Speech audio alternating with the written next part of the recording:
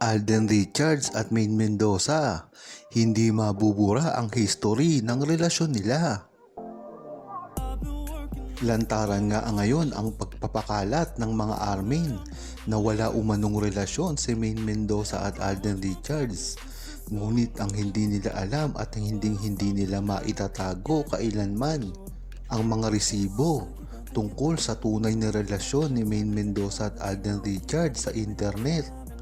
Dito kasi ay napakaraming resibo na kailanman ay hindi maitatago at hindi ito mapipigilan lumabas. Dahil kung ano ang ginagawa ng mga armin na mali ay makikita rito sa history ng kanilang relasyon noon pa man.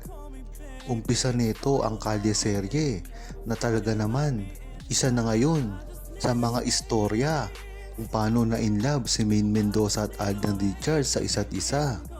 Ngunit nakakapanghinayang kung ito ay mawawala na lamang dahil ang YouTube channel ng Eat Bulaga dati ay pagmamaari na ngayon ng New Eat Bulaga at sila ang may control dito na kung buburahin nila ang history ng pagmamahala ni Alden Richards at Maine Mendoza sa kalye-serye ay magiging malaking issue ito.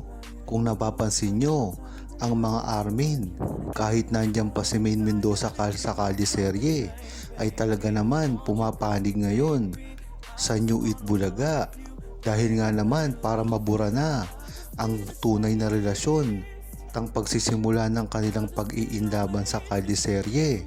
Gustong gusto na nila itong matanggal sa internet kaya dapat maging bukas ang mata ng buong Aldam Nation sa mga pakana na ginagawa ng mga armin at hindi basta-basta masisira si Maine Mendoza at Alden Richards.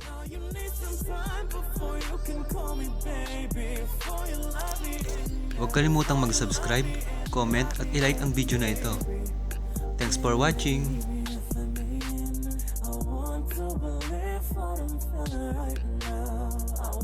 You to see that I'm breaking it down. Come take a ride with me.